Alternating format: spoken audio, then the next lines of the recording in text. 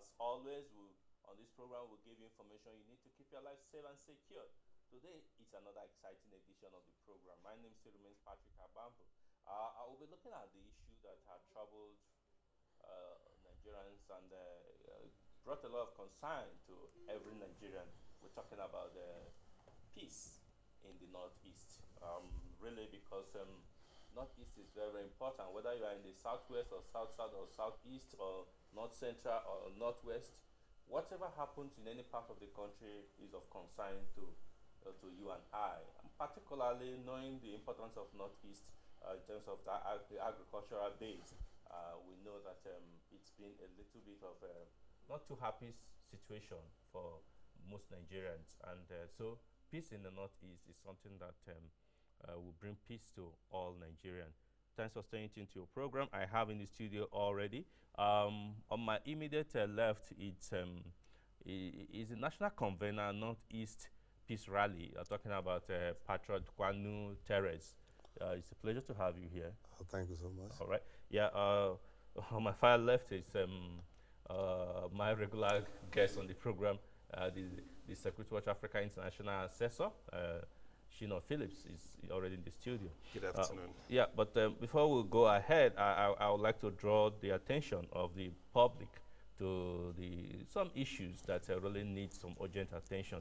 First and foremost is the issue of the movement of the airport, the closure of the airport in Abuja to Kaduna Airport. A lot of things have been said about it. A lot of opinions have been expressed. A lot of people have said so many things.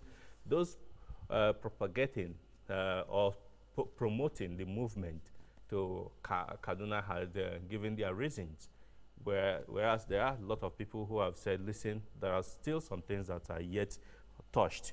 During the week, I think particularly yesterday, Security Watch Africa really took some time out to find out the pros and cons of closing the Abuja airport and using Kaduna airport.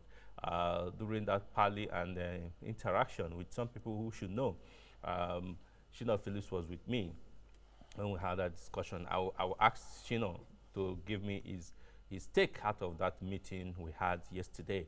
Shino, you were with me yesterday when I had that very, very elucidating interaction with some of the people who should know about the closure.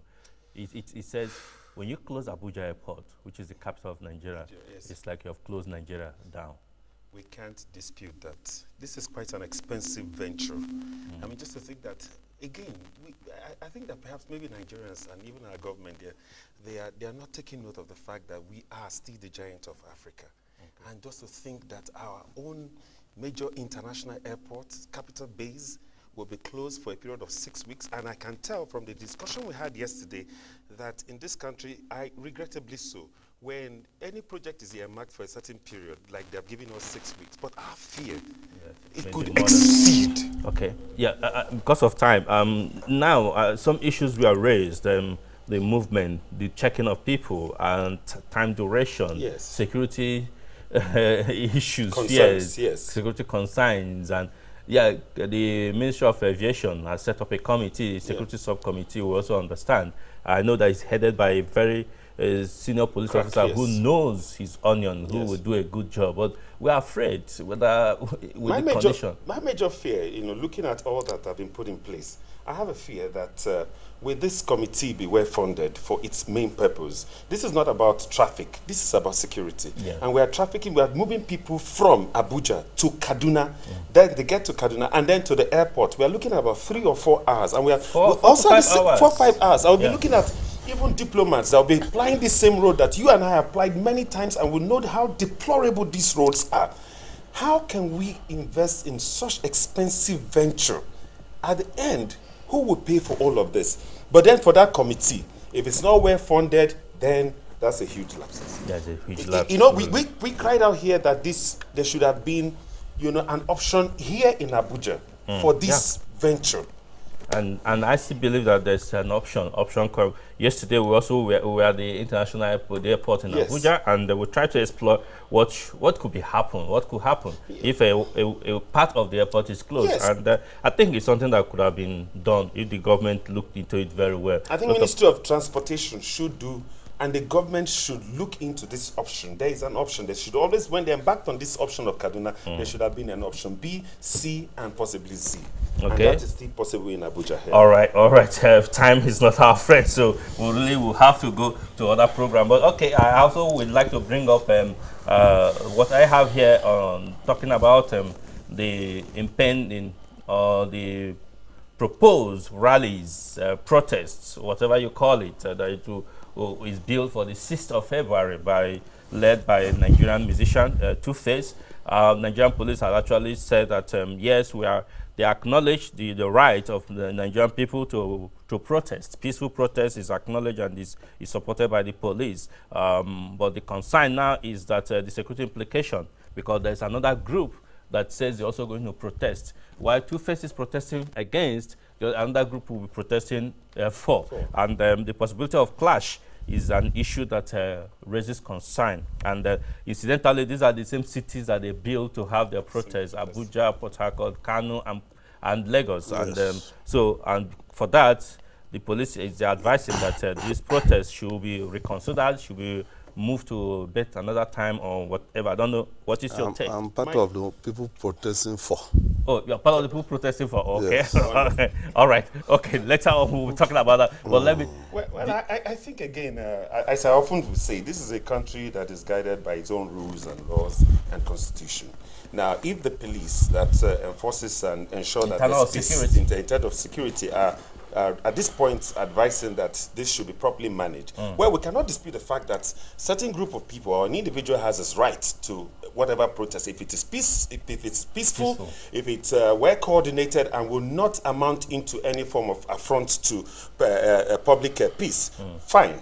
I still do not understand the rationale behind this protest. But again, since the person behind it is someone we love, we have seen him perform and done very well in his own field, we hope that they will be able to bring this in a way that Nigerians can tend to appreciate whatever they are saying. But again, you cannot ignore what the law is saying. They should have interface with the security agencies and seek proper way at going about this. I just have said that instead of going marching, from like they proposed for Lagos, for instance, that they're going to march from the National Stadium to the National Theatre. I just been said they could stay in a place, read out their grievances, like and we said, get it covered. like what bring back our girls have often done. Yeah, I mean, exactly. That's civilized, and we appreciate it that way. So that will be that. So that is what my Sheila Phillips has to say concerning those two issues. I will believe that those concerned are listening and they should do something, because we need peace and tranquility for development to take place in this country. We'll be going to talk about the issue of the situation, the current situation in the Northeast as it is today.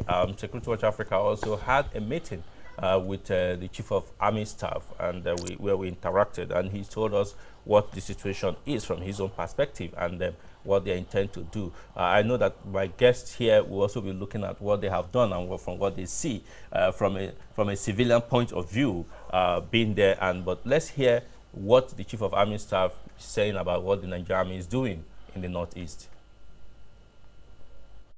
The resilience, the commitment, patriotism of all the officers and men of the Nigerian Army, we've been able to surmount all the challenges and have brought the insecurity in our country to a better position, a better situation where everybody is happy and feeling safe. And that sense of security is key to development. And that's the ultimate aim, to have a secure environment for development. It's not yet over. We are still working in other areas, including the Northeast. But we are very close to stabilizing the areas, especially the herdsmen, farmers clash, the issue of cattle rustling, armed banditry, some of the areas that we are also tackling in conjunction with other security agencies across the country. We have quite a number of programs aimed at enlightening Nigerians and the general public, and indeed globally. I want to commend you for the giant strides you've been.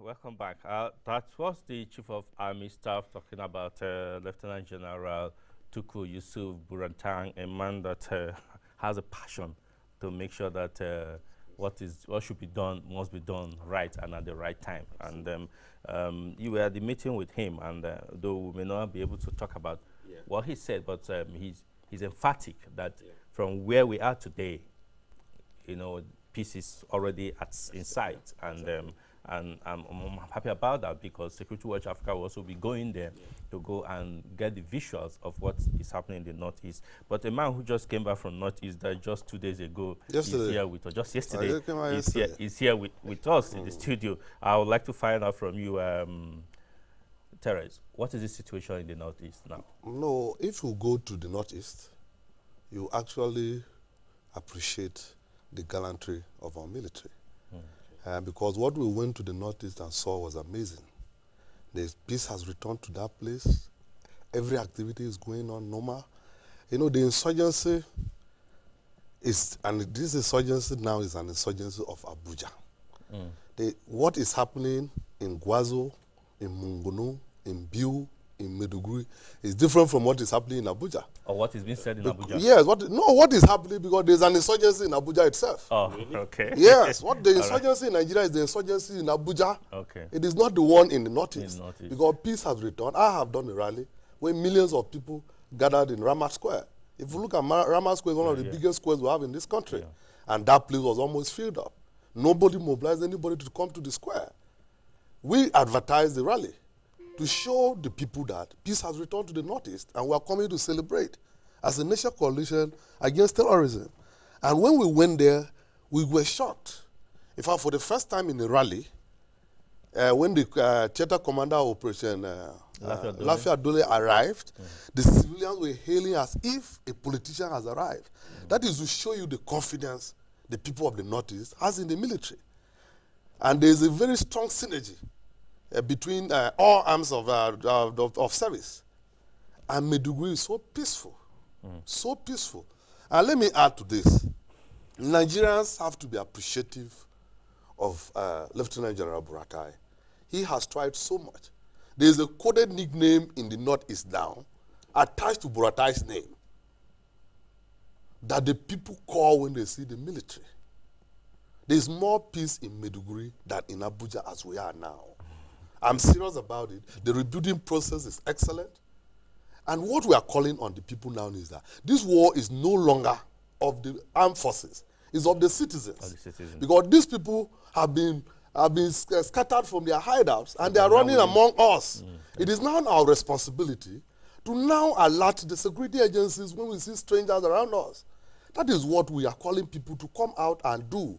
And as you and I know, now that the armies have successfully defeated these people, we don't expect the army to go and build roads for them. We don't expect the army to go and build hospitals for them.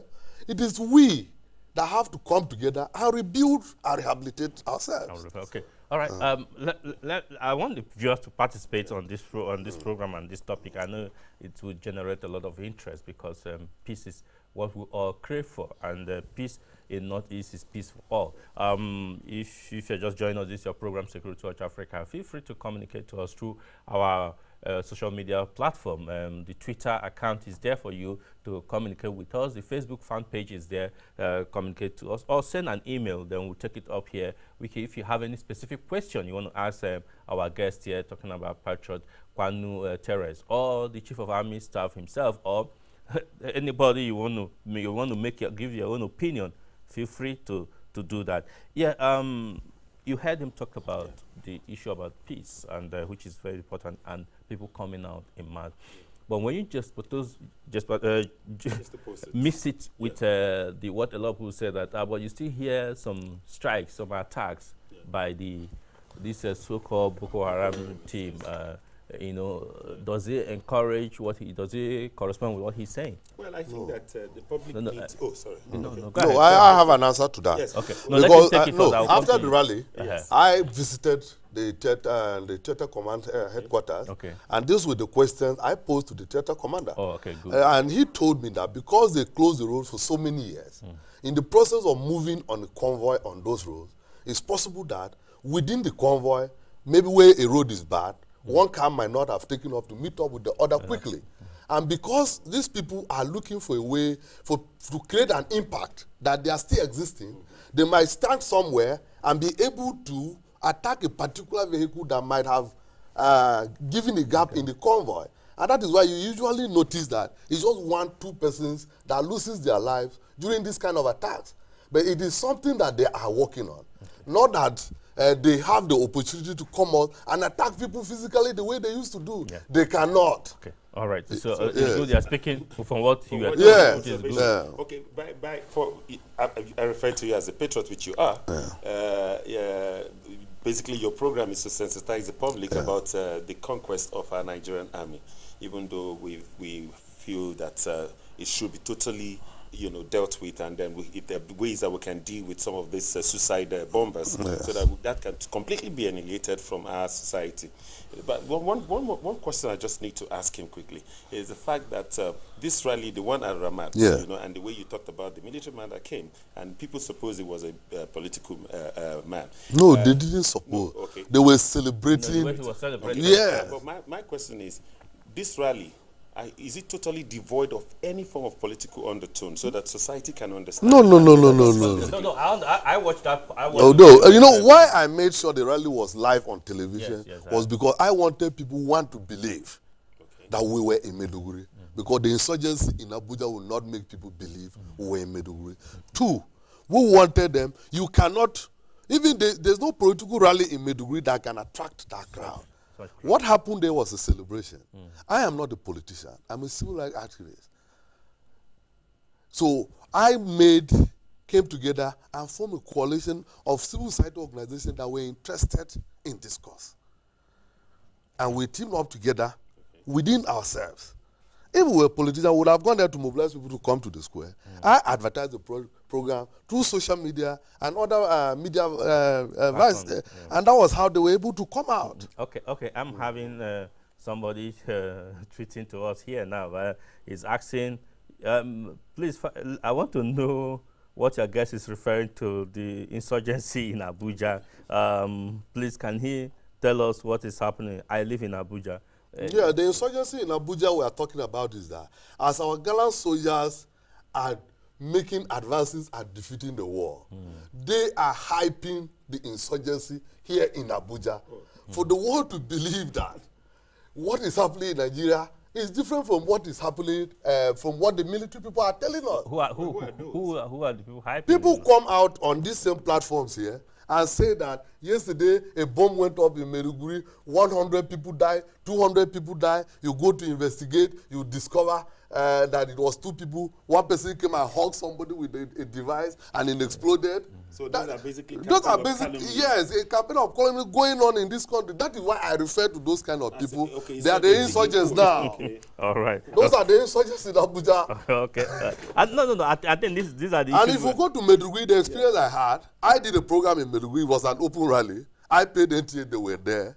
You understand? I never saw any other media house. I was the one, my media team were the ones sending the news out to the media houses. So when they go to get those news, that 100 people died in an explosion. Regardless of what the military is doing by way of informing the public, are you saying that the military is not doing... When the military informs us of what is happening on ground, people still come here and give us the wrong picture of what is happening. They are the insurgents. So they are terrorists. Yes. Some people will ask... when you say you paid NTA and you paid that, some will say, where are you drawing your funds from? I'm a civil society organization. Are you very rich to be able to personally fund? No, we don't fund our organizations ourselves. Okay. If I advertise a program, somebody can come and voluntarily say, I contribute this thing. Okay. You want to go to Maiduguri and do a rally. I am going to give you NTA. So you have that kind of support. Yes. Which is good, which is part of the thing we are talking about. Yes. Now let's look at the people. They came out to be part of the rally, and the issue now is rebuilding the structures that were broken down.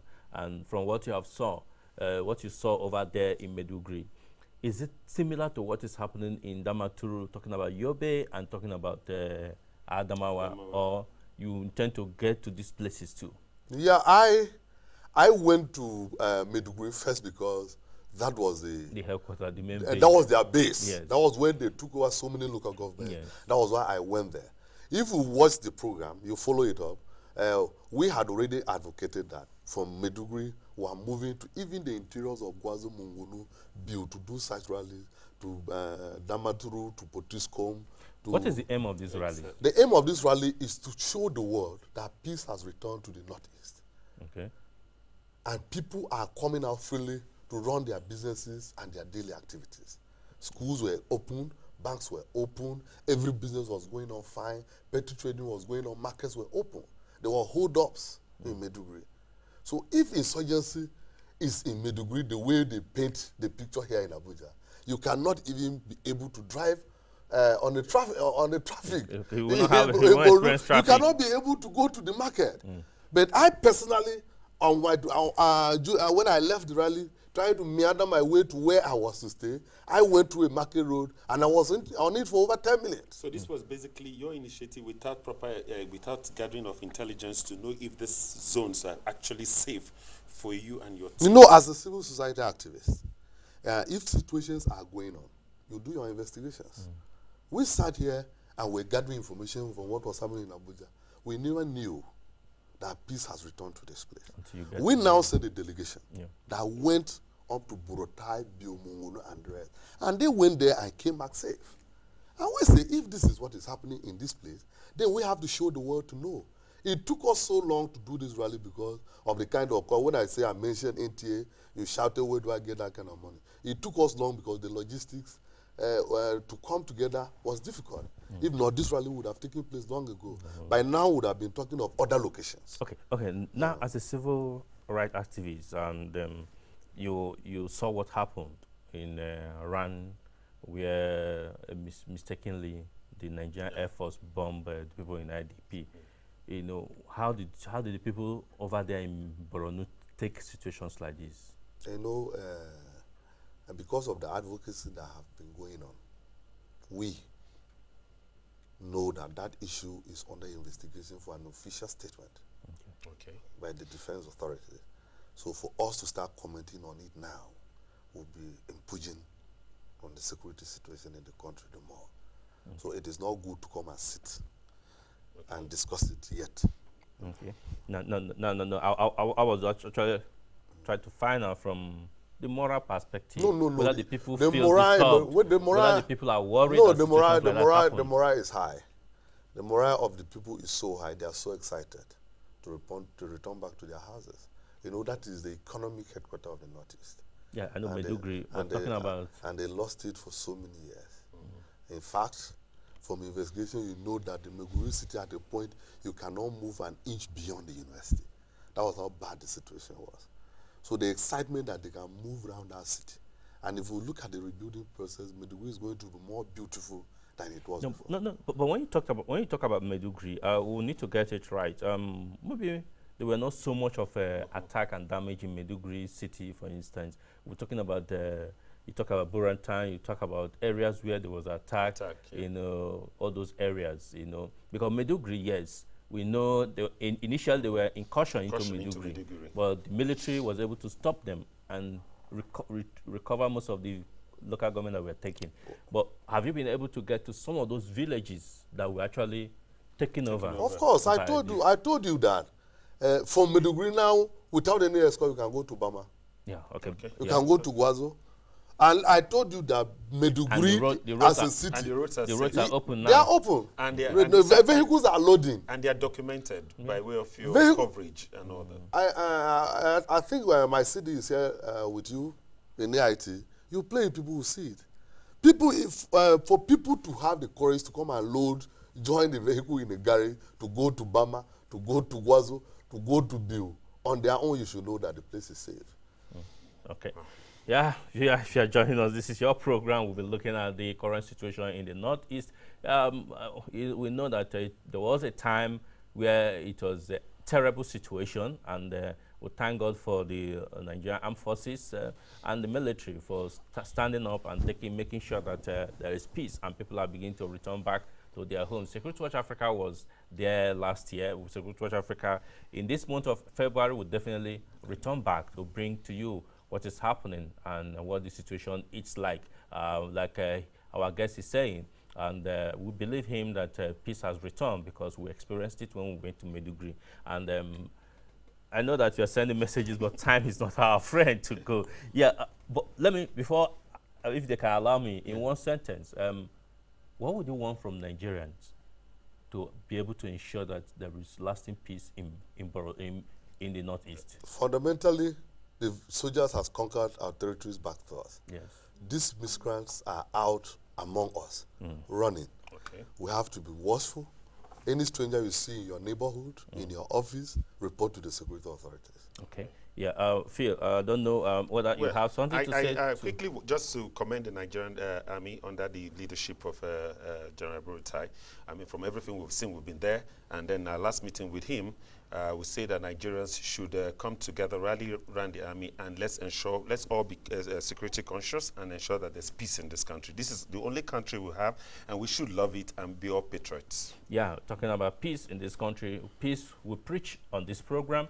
And for over 20 years, we've been talking about the peace, because without peace, there can't be any development in any part of the world, not only in Nigeria. So we must follow the path of peace. For those advocating violence and war, it doesn't pay you at the long run. You may think you are making money, but how will you spend that money if people are not in settled minds? So please, let us all put hands together and ensure that there is peace and there is security for development to go on.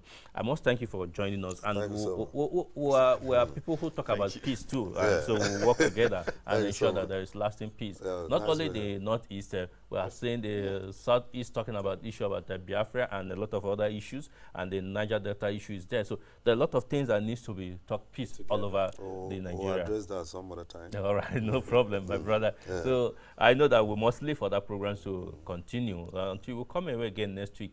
I must say thanks for joining us and stay blessed. Bye for now.